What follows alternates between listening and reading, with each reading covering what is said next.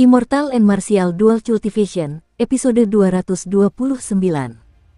Untuk melihat video selengkapnya, sahabat bisa kunjungi playlist yang telah Sabta Novel sediakan. Yuk mari, kita berimajinasi bersama dan masuk ke alur ceritanya.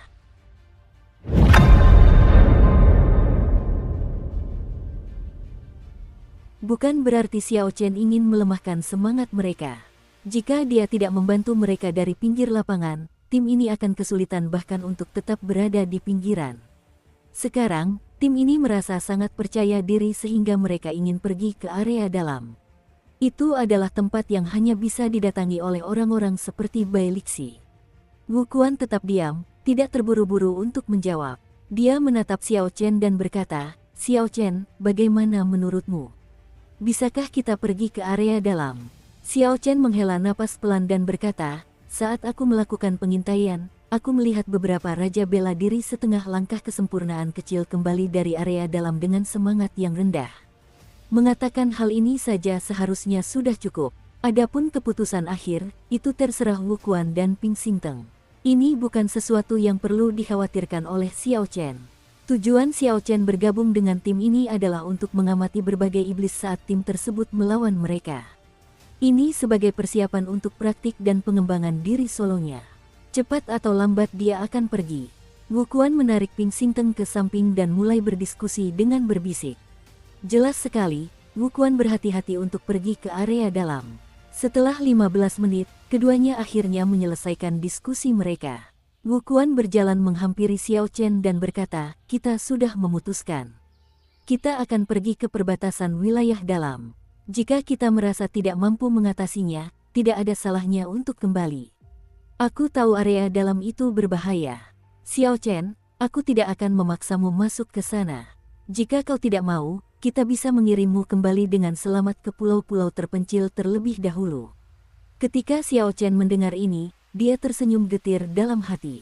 Karena Wu Quan sudah mengatakan ini, apalagi yang bisa dia lakukan.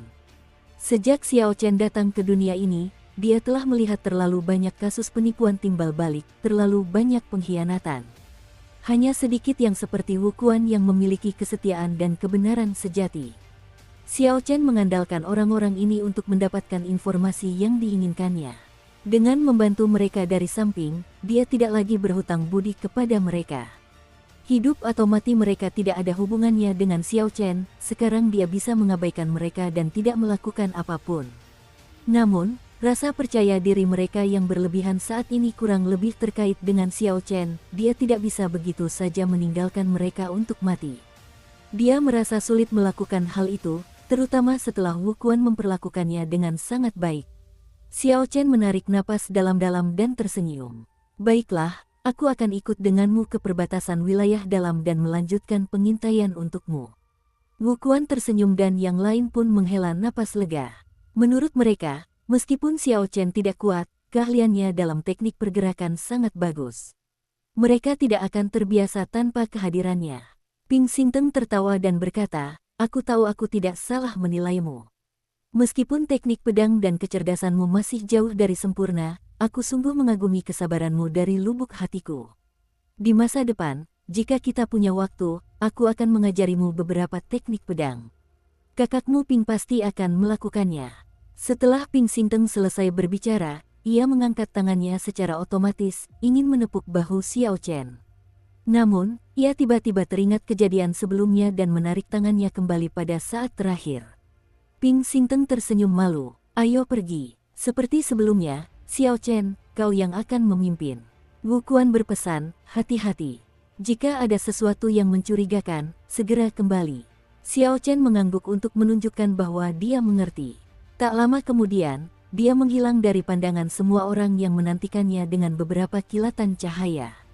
Di suatu tempat yang jauh di medan perang yang berwarna merah tua ini, terdapat pusaran air hitam yang sangat besar di udara. Bahkan dari jarak 5.000 km, orang masih bisa melihat siluet manusia yang samar-samar terbentuk dari rasa dendam, seolah-olah siluet itu mencakar-cakar di dalam pusaran air. Sebuah pulau di bawah pusaran air merupakan inti dari medan pertempuran kelas 3 ini. Sang pendekar pedang berdarah Sun Guangquan duduk di pulau itu, menjalani pelatihan pengalaman terakhirnya untuk mencapai tingkat Raja Bela Diri. Dimanapun dalam radius 10 km dari pulau ini terdapat area dalam medan pertempuran tingkat 3. Semakin dekat seseorang ke pulau itu, semakin berbahaya situasinya. Namun, Yang Wukuan dan yang lainnya inginkan hanyalah berkeliaran di sekitar perbatasan area dalam. Mereka tidak berniat memasuki bagian dalam. Xiao Chen menyebarkan indera spiritualnya dan melihat segala sesuatu dalam radius 3 km dari dirinya. Dia dengan mudah menghindari iblis di sekitarnya dan dengan hati-hati menuju perbatasan wilayah dalam. Setelah beberapa saat, Xiao Chen benar-benar tiba di perbatasan antara area dalam dan pinggiran. Begitu dia melewatinya, indera spiritualnya menangkap aura yang kuat. Peng, peng, peng. Berbagai teriakan dahsyat bergema di benaknya, itu berasal dari para kultivator yang bertarung sengit. Xiao Chen ragu sejenak sebelum memindai tempat itu dengan indera spiritualnya. Adegan pertempuran terlintas di benak Xiao Chen. Dia juga berhasil memperkirakan kekuatan para kultivator tersebut secara kasar. Setelah beberapa saat, Xiao Chen menarik kembali kesadaran spiritualnya. Kemudian, dia bergumam, seperti yang kuduga. Semua kultivator di wilayah dalam setidaknya adalah Raja Bela Diri setengah langkah kesempurnaan kecil. Jika tidak, mereka bergerak dalam tim Raja Bela Diri tingkat unggul puncak. Tim Wukuan hanya memiliki 2 Raja Bela Diri tingkat unggul puncak. Sisanya adalah Raja Bela Diri tingkat unggul biasa. Ini tidak mungkin. Wukuan tidak akan mampu menghadapi kecepatan dan pertahanan 5 iblis bersayap tingkat tinggi. 10 iblis bayangan tingkat tinggi, dia juga tidak bisa menghadapi mereka. 3 ras hantu tingkat tinggi, itu bahkan lebih tidak mungkin, mereka akan memusnahkan kita dalam sekejap. Xiao Chen bergerak di sekitar area dalam, mencari mangsa yang cocok, sebelum menyingkirkan pilihan yang tidak ada. Tiba-tiba, mata Xiao Chen berbinar. Dia menemukan 2 iblis darah tingkat tinggi berkeliaran sendirian. Kekuatan iblis darah tingkat tinggi itu sedikit lebih tinggi daripada Wukuan dan Ping Xingteng. Dengan memanfaatkan keunggulan jumlah pemain dan membayar harga yang sesuai, tim mereka akan mampu menghadapi demons. Secara kebetulan, ini akan memungkinkan tim tersebut untuk sedikit menderita tanpa harus membayar harga yang terlalu tinggi. Dengan demikian, mereka akan memahami kekuatan mereka sendiri dan mundur sendiri. Selanjutnya, Xiao Chen terus melihat sekeliling menggunakan indera spiritualnya, memeriksa apakah ada kultivator kuat lainnya di sekitar. Hal ini dilakukan untuk mencegah perebutan kekuasaan atas para iblis. Di medan perang ini, hati manusia lebih buruk daripada hati iblis manapun. Bagus, tim terdekat berjarak 5 km. Setelah mereka selesai bertanding, mereka seharusnya tidak berinteraksi dengan tim kita. Setelah Xiao Chen mengambil keputusan, dia berhenti ragu-ragu. Dia terbang ke udara dan kembali melalui jalan yang sama.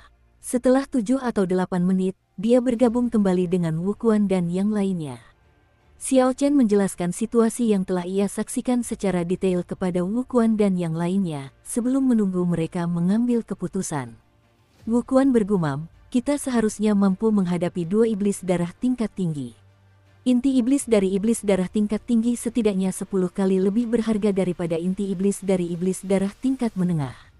Kita bisa mencobanya. Anggota lainnya juga merasa hal itu memungkinkan, mereka tidak keberatan. Ping Xingteng tampak lebih bersemangat, dia benci karena tidak bisa segera bergegas ke sana. Ayo kita cepat-cepat pergi, sebelum orang lain merebutnya dan meninggalkan kita tanpa apapun, teriak Ping Xingteng dan segera memanggil Xiao Chen untuk memimpin jalan. Di bawah kepemimpinan Xiao Chen, tidak ada hal tak terduga yang terjadi sepanjang perjalanan. Semuanya berjalan lancar. Setelah beberapa saat, mereka berhenti di balik beberapa terumbu karang sekitar 1 km dari 2 iblis darah berpangkat tinggi itu. Para iblis darah tampak seperti manusia tetapi jauh lebih pucat. Tidak ada banyak perbedaan. 2 iblis darah berpangkat tinggi itu memandang sekeliling lautan merah tua, mencari manusia yang bisa mereka hadapi. Jelas, sama seperti manusia memburu iblis, iblis juga memburu manusia. Ketika fokus kedua iblis darah itu tertuju pada terumbu karang, semua orang merasakan hawa dingin aneh menjalar di punggung mereka. Lengan mereka mulai gemetar. Astaga, iblis darah peringkat tinggi ini jauh lebih kuat daripada iblis darah peringkat menengah. Tatapan mereka saja sudah membuatku merinding, bisik seorang anggota tim.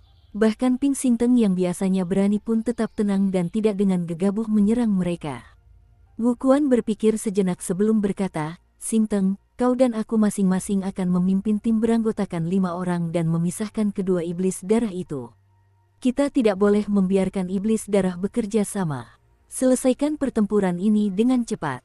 Ping Xingteng mengangguk dan berkata, "Kita hanya bisa melakukan itu. Kita perlu menyerang secara bersamaan." Setelah keduanya mendiskusikan cara membagi tim, Wu Quan berkata kepada Xiao Chen, "Seperti sebelumnya, bergeraklah dan lindungi diri dari bahaya."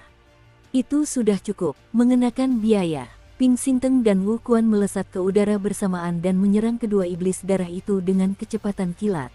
Saat keduanya bergerak, para iblis darah tingkat tinggi langsung merasakan ki pembunuh dari mereka. Mereka tertawa aneh dan diam-diam menyerang Ping Xingteng. Cahaya merah menyala muncul di tangan iblis darah. Satu iblis darah memblokir cahaya pedang Ping Xingteng dan yang lainnya mengirimkan serangannya ke arah dada Ping Xingteng. Para iblis darah sama sekali tidak peduli dengan pedang besar Wu Quan. Tampaknya kedua iblis darah itu telah memutuskan untuk langsung membunuh Ping Xingteng meskipun mereka terluka. "Sialan, kau pikir tuan ini seperti buah kesemek yang lemah. Catatan, saya rasa saya sudah menyebutkan ini sebelumnya. Tetapi ini sebagai pengingat, buah kesemek yang lunak berarti sasaran empuk." Pada saat yang krusial, Ping Xingteng melepaskan serangan cahaya pedang lainnya dan menyingkirkan iblis darah tingkat tinggi yang menghalanginya. Bang! Iblis darah lainnya langsung terluka oleh pedang besar Wu Quan, yang meninggalkan luka berdarah di pinggang iblis tersebut.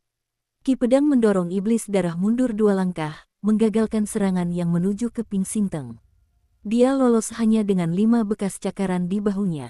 Setelah itu, anggota tim lainnya meneriakkan seruan perang dan bergegas keluar sesuai rencana awal mereka, segera memisahkan kedua iblis darah tersebut. Xiao Chen tetap berada di terumbu karang, tidak bergerak. Sebaliknya, dia terus mengamati. Kemampuan pemulihan iblis darah tingkat tinggi berada pada level yang berbeda dari iblis darah tingkat menengah. Mereka bisa pulih dari luka kecil, seperti yang baru saja mereka alami, hanya dalam hitungan menit. Para iblis memiliki keunggulan fisik dibandingkan manusia sejak lahir. Setiap iblis memiliki keahlian khusus masing-masing, ini adalah sesuatu yang tidak dimiliki manusia.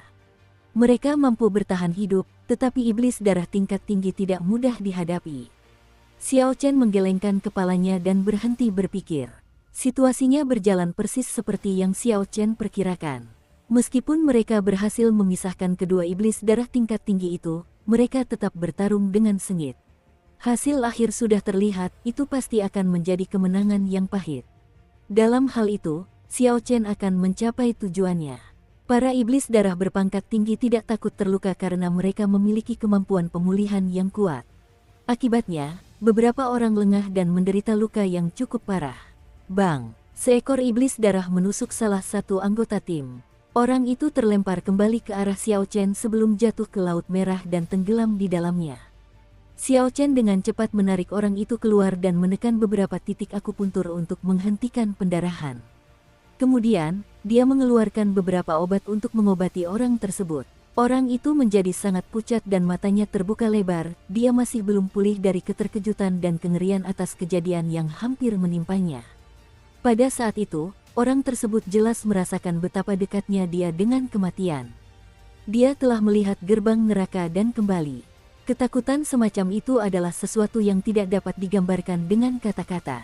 Dukung terus channel YouTube Sabta Novel. Bang, bang, bang. Beberapa orang lainnya mengalami luka parah akibat serangan dari para iblis darah berpangkat tinggi.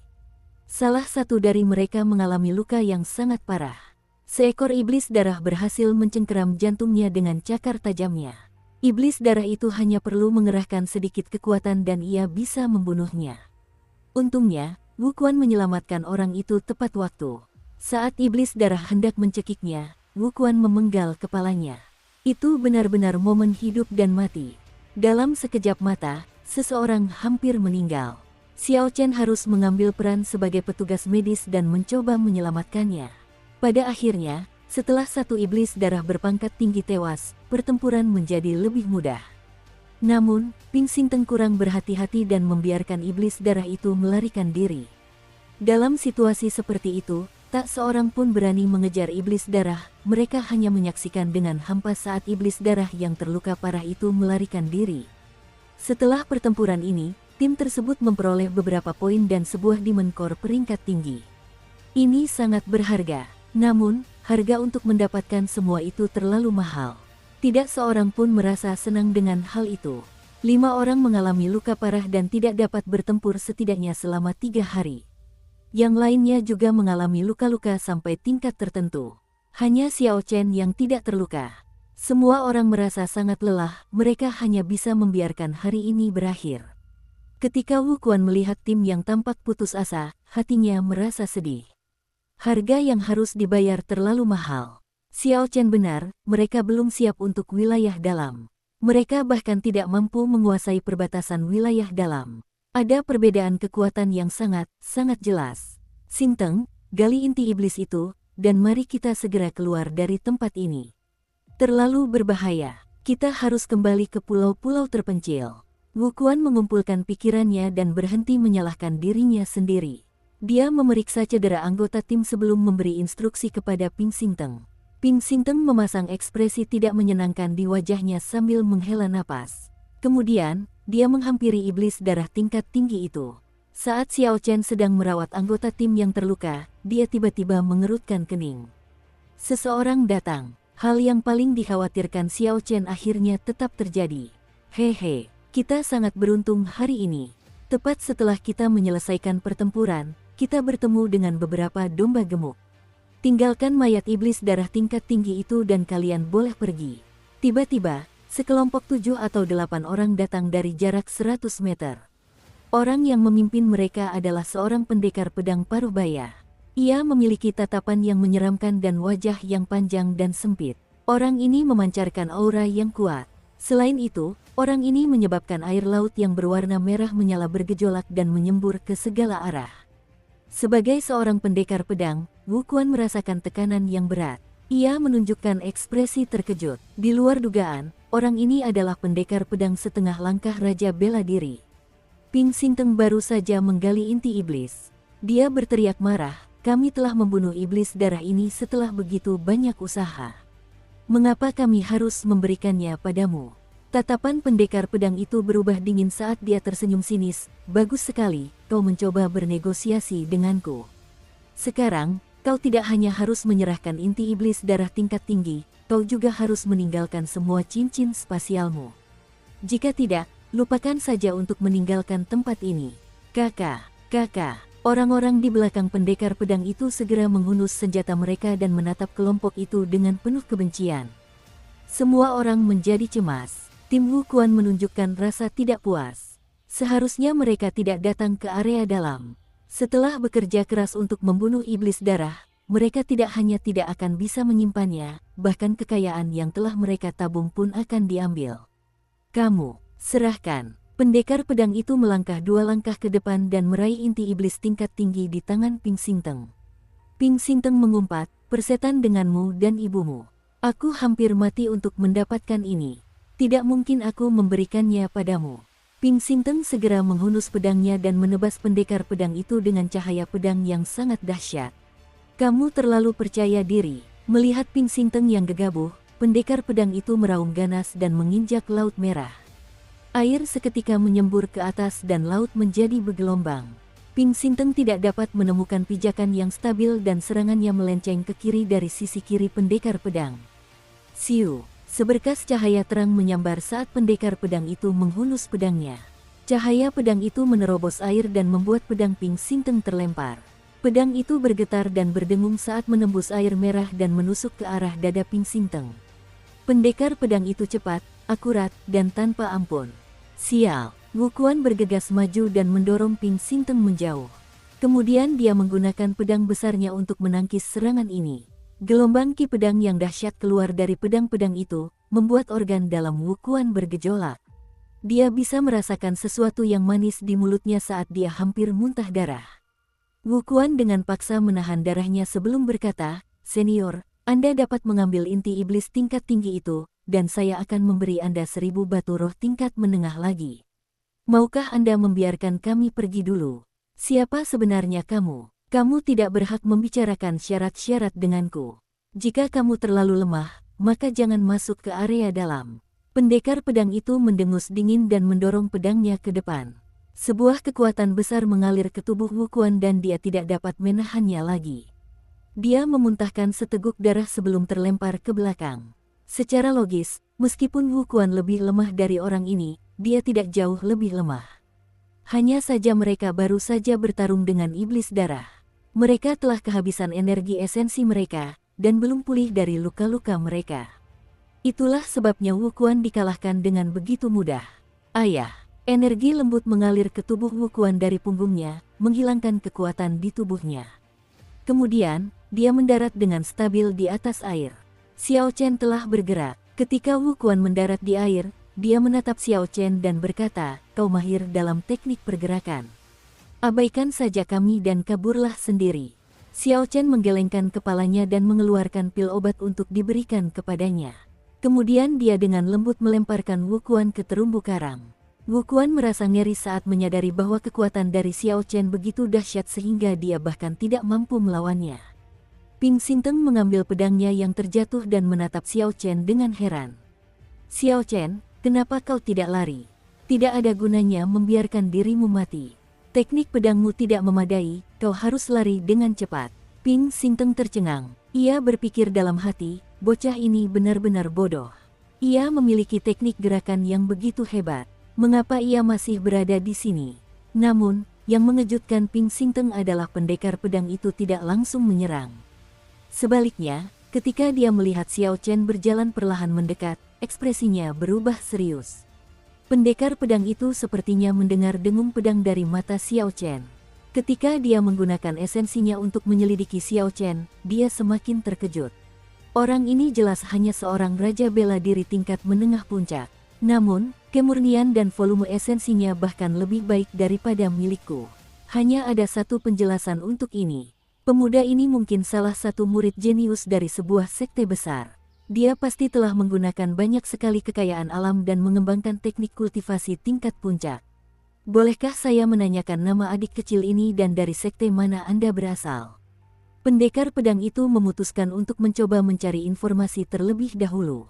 Jika Xiao Chen benar-benar murid jenius dari sekte besar, maka meskipun dia bisa mengalahkan Xiao Chen, tidak ada gunanya menyinggung kekuatan di balik Xiao Chen. Seperti biasa, Xiao Chen tetap tenang. Namun, tangan kanannya sudah diletakkan di gagang pedang bayangan bulan. Xiao Chen berkata dengan tenang, "Aku Xiao Chen dan bukan anggota sekte manapun." Keserakahan manusia tidak pernah puas dan mengakibatkan mereka membayar harganya. Kau seharusnya hanya mengambil inti iblis tingkat tinggi itu. Namun, sebaiknya kau jangan meminta hal lain. Senyum tipis muncul di wajah pendekar pedang itu.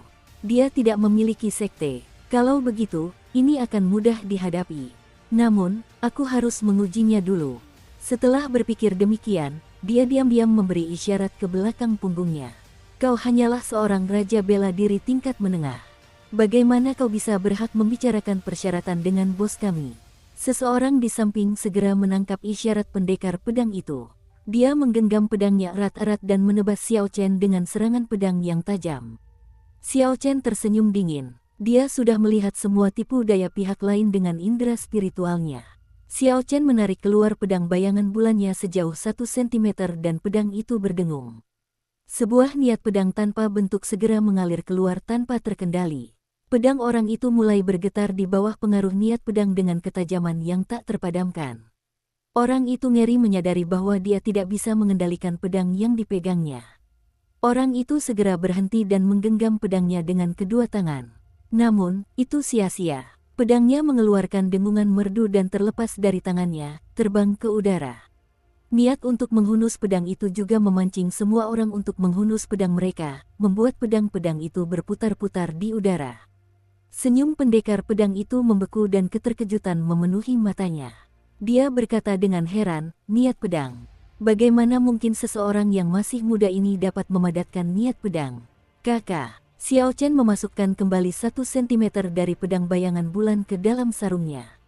Semua pedang yang berterbangan di udara langsung jatuh ke laut, memercikkan air merah tua saat tenggelam. Xiao Chen menangkis serangan mendadak pihak lawan hanya dengan setengah gerakan. Niat pedangnya mengejutkan semua orang. Ping Xingteng tidak percaya dengan apa yang dilihatnya. Dia menggosok matanya dan melihat lagi, dan menyadari bahwa semuanya nyata. Pemuda berjubah putih bodoh yang tidak menghunus pedangnya dan memiliki keterampilan pedang yang tidak memadai itu sebenarnya jauh lebih unggul darinya. Ping Xingteng teringat kembali bagaimana dia membual tentang mengajari pemuda itu bermain pedang. Sekarang dia menyadari bahwa itu adalah lelucon terlucu yang pernah ada. Bukan Xiao Chen yang bodoh, melainkan Ping Xingteng. Dia merasa seperti orang bodoh saat memikirkannya.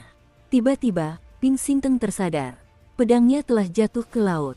Jika dia tidak mengambilnya, dia akan benar-benar malu. Ping Xingteng dengan cepat memasukkan tangannya ke dalam air dan menggunakan esensinya untuk mencoba mengambil kembali pedangnya. Pedang itu telah menemaninya selama beberapa tahun. Itu seperti nyawa kedua baginya, dia tidak boleh kehilangannya. Dengan mengandalkan ikatan yang telah ia bangun dengan pedangnya selama bertahun-tahun, Ping Xingteng berhasil menemukan pedangnya. Namun, sebelum ia bisa berbahagia, ia menjerit kesakitan. Dengan menggerakkan tangannya di dalam air, Ping Xingteng menarik perhatian beberapa ikan aneh. Mereka berenang mendekat bersama pedang itu dan menggigit beberapa bagian dagingnya. Rasanya sangat menyakitkan. Namun, saat itu tidak ada seorang pun yang memperhatikannya. Tidak ada yang melihat kejadian memalukan ini. Pendekar pedang itu menjadi tenang. Orang ini memiliki niat pedang dan esensi yang lebih baik darinya. Xiao Chen juga siap bertarung. Peluang kemenangan pendekar pedang itu hanya 50%. Ayo pergi. Pendekar pedang itu memasukkan inti iblis tingkat tinggi ke dalam sakunya sebelum berbalik dan pergi. Siu. Namun, ketika pendekar pedang itu berbalik setengah jalan, dia menghunus pedangnya dan berbalik lagi. Pedangnya memancarkan cahaya tajam saat dia menusukkannya ke leher Xiao Chen.